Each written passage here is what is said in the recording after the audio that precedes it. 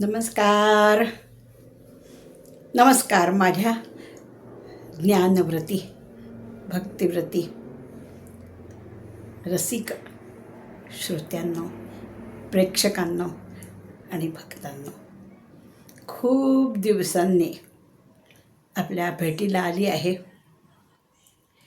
माऊलींची प्रेरणा झाली आणि आपल्या भेटीला मी आले आहे. यापूर्वी आपले हरिपाठाचे 2 अभंग झालेले आहेत. पहिले 2 अभंग काही कारणास्तव त्यामध्ये खंड पडला होता. आता पुन्हा माऊलींची प्रेरणा मिळाली आहे, त्यानुसार आले आपल्या भेटीला. माऊली पाठीशी आहेतच, त्यांना वंदन करूया. विश्वात्मक झालेल्या किंबहुना चराचर आपणाची झाला, अशा विश्वात्मक झालेल्या माऊलींना शिरसाष्टांग नमस्कार करू. आणि ज्यांनी नामाचं महात्म्य संपूर्ण हरिपाठाच्या 28 श्लोकामध्ये वर्णन केलेलं आहे, अशा त्या हरिपाठाला आपण आता 3ऱ्या श्लोकापासून प्रारंभ करणार आहोत. नामाचा महिमा. नामाचा महिमा. कलियुगात नाम हेच प्रभावी साधन आहे. म्हणून हरिमुखे म्हणा, हरिमुखे म्हणा, पुण्याची गणना कोण करी. माऊली स्वतः म्हणतात की मी मुखामध्ये नाम घेतो आणि मनामध्ये त्या भगवंताचं ध्यान करतो. अशा प्रकारे भक्ती केली तर मनातल्या वासना जळून जातात आणि नामप्रभावाचा प्रत्यय येतो. आपण 3ऱ्या अभंगाकडे वळणार आहोत. यापूर्वी 2रा अभंग आपण पाहिला होता. चहुवेदी जाण शशास्त्री कारण 18 पुराणे हरिसी गाती मंथोनी नवनीता तैसे गे अनंता वाया व्यर्थ कथा सांडी मार्ग. हा पाहिला होता आपण अभंग. आज आपल्याला 3रा श्लोक बघायचा आहे. 3रा श्लोक मी म्हणते.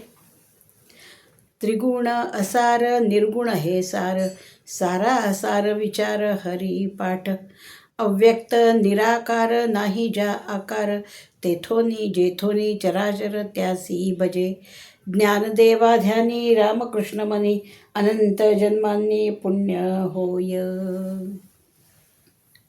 पुन्हा एकदा म्हणू.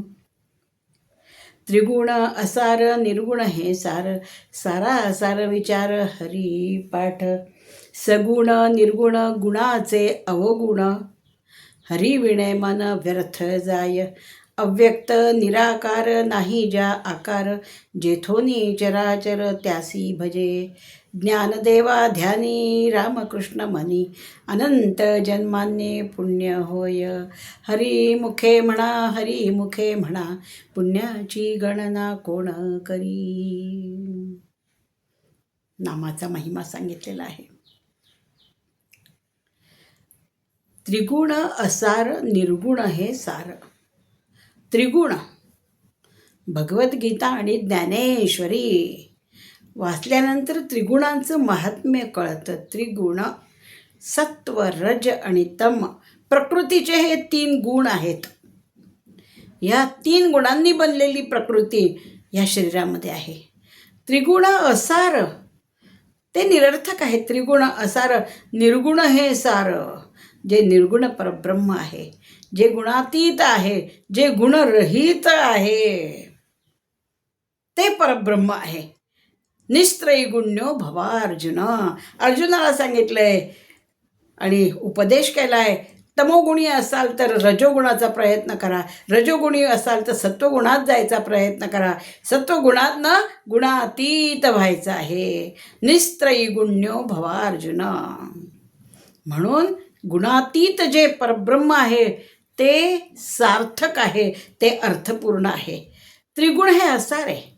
सत्वरजतम यांनी युक्त हा देह हा क्षणभंगूर आहे. त्रिगुण असार निर्गुण हे सार सारा सार विचार हरिपाठ. हा सगळा सार असार विचार काय क्षणभंगूर आहे, काय शाश्वत आहे, हे सगळं हरिपाठ वाचलं की कळतो. सारा सार विचार, ती निरक्षीर विवेकी वृत्ती हरिपाठ वाचल्यावर येते.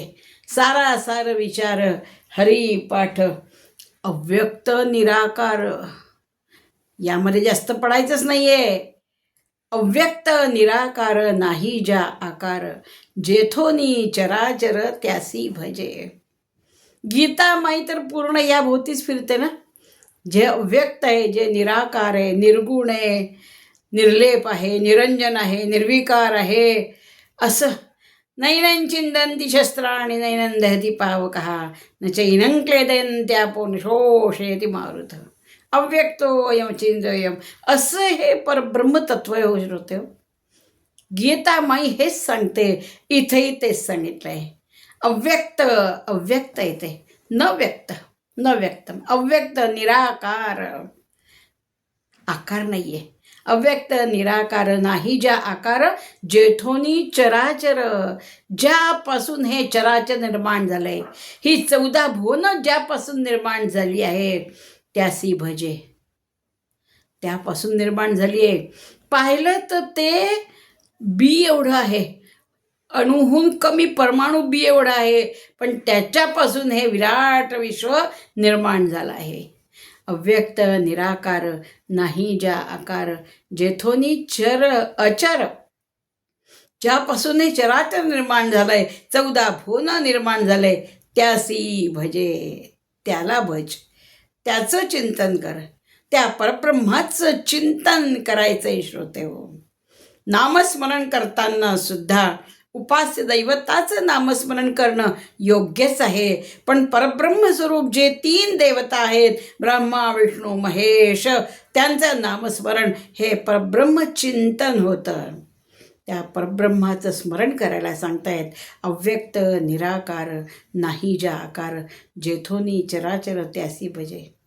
माऊली स्वतः सांगताय, ज्ञानदेवा ध्यानी रामकृष्ण मनी. त्यांच्या मनामध्ये रामकृष्णांचं ध्यान आहे. ज्ञानदेवा ध्यानी रामकृष्ण मनी. हे कशाचं आहे? या जन्माचं पुण्यफळ एक आहे. मनात रामकृष्ण येणं हे या जन्माचं पुण्य नाही आहे, अनंत जन्मांनी पुण्य होय. ज्ञानदेवा ध्यानी रामकृष्ण मनी, अनंत जन्मांनी पुण्य होय. अनंत जन्माचं पुण्य असतं श्रोते हो. तेव्हा कुठे मनाला रामकृष्ण म्हणण्याची बुद्धी होते, तो जप करण्याची बुद्धी होते, हरिपाठ वाचण्याची बुद्धी होते. म्हणून म्हटलंय, अव्यक्त निराकार नाही ज्या आकार, जेथोनी चराचर त्यासी भजे. काय गुणामध्ये आहे आणि निर्गुणात काय आहे, या वादामध्ये माणसाने पडायचं नाही. सगुण निर्गुण एकू गोविंद रे. तुझं सगुण म्हणू की निर्गुण रे, सगुण निर्गुण एकू गोविंद रे. श्रोते हो, आपले जे संत मागील या जन्मा मुक्त झालो, असे जे आपले संत ज्ञानदेव आहेत, रामदास आहेत, एकनाथ महाराज आहेत, हे मागील या जन्म मुक्त झाले, परब्रह्म स्वरूपच येते, प्रति परब्रह्म आहे. पण तरीही सगुणावर त्यांचं विशेष प्रेम आहे. सगुण भक्ती, सगुण रूप त्यांना विशेष आवडतं. न लगे मुक्ती धनसंपदा, संत संग देई सदा. हे सगुण मूर्ती या परब्रह्मस्वरूप संतांना मनापासून भावते. तिचं ते भजन पूजन करतात. म्हणून सगुण हे निरर्थक आहे आणि निर्गुण हे अर्थपूर्ण आहे, या वादात आपल्याला पडायचं नाही आहे. आपण जेथोनी चराचर त्या परब्रह्माचं चिंतन करायचं आहे, ज्यामुळे त्याचं ज्ञान मिळेल. अशी वेद उपनिषद पुराणं वाचायची आहेत. माऊलींनी मागच्या श्लोकात सांगितलं आहे, 18 पुराणे हरिसी गाती. 18 पुराण, मद्वयम भद्वयम बत्रयम वचतुष्टयम अनापलिंगम कुस्कानी पुराणानी प्रचक्षते. ब पासून सुरू होणारी, भ पासून सुरू होणारी, म पासून सुरू होणारी, व पासून सुरू होणारी अशी जी पुराणं आहे, 18 पुराणं आहे. व्यास मुनी रचित 18 पुराण. व्यासस्य वचनद्वयम परोपकारः पुण्याय पापाय परपीडनम. श्रोते हो, चहुवेदी जाणं, 4 वेद 18 पुराण ह्याच परब्रह्माचं गीत गातात. आणि म्हणून आपण नामस्मरणामध्ये त्याचं चिंतन करायचं आहे, परब्रह्माचं चिंतन करायचं आहे. किरकोळ वादामध्ये आपल्याला पडायचं नाही आहे. फक्त नामस्मरण. नामोच्चारे वासनाक्षय जाळती. जाणोनी नाम घेता वासनाक्षय, नेणोनी नाम घेता पापक्षय. जाणून बुजून नाम घेतलं वासनाक्षय आहे, वासनाक्षय आहे. आणि न जाणता नकळत नाम घेतलं तरी पापाचं नाश होतो. हो, नकळता पद अग्निवरी पडे, न करी दाह असे न कधी घडे. अजित नाम वदो भलत्या मिसे, सकळ पातक भस्म करी तसे. नामाचा महिमा. प्रत्येक पदाच्या शेवटी माऊली म्हणतात, हरी मुखे म्हणा, हरी मुखे म्हणा, पुण्याची गणना कोण करी. भगवंतांनी जेव्हा पृथ्वीवर संकट आलं तेव्हा तेव्हा अवतार घेतलेत, दशावतार घेतलेत. राम असेल, कृष्ण असेल, मत्स्य असेल, कुर्म असेल, वराह असेल. हे जरी त्यांनी पंचमहाभौतिक देह धारण केले श्रोते हो, तरी ते माणसाच्या देहासारखे प्रकृतीने युक्त नसतात. ते परब्रह्म रूपच असतात. ते परब्रह्म रूपच असतात. हे मोठं आश्चर्य आहे. म्हणून त्यांना काम, क्रोधाधिक इत्यादी रिपू झाळत नसतात. देह असले तरी ते प्रकृतीच्या पलीकडेच असतात. असा हा त्यांच्या त्या नामाचा महिमा आहे श्रोते हो. पुन्हा एकदा म्हणूया, त्रिगुण असार निर्गुण हे सारा, सारा असार विचार हरिपाठ. सगुण निर्गुण गुणाचे अवगुण, दोघांचा संबंध गुणाशी आहे. गुणाचे अवगुण हरिविणे मन व्यर्थ जाय. अव्यक्त निराकार नाही ज्या आकार, जेथोनी चराचर त्यासी भजे. ज्ञान देवा ध्यानी रामकृष्ण मनी, अनंत जन्मांनी पुण्य होय. अनंत जन्मांचं पुण्य, अनंत जन्मांचं पुण्य.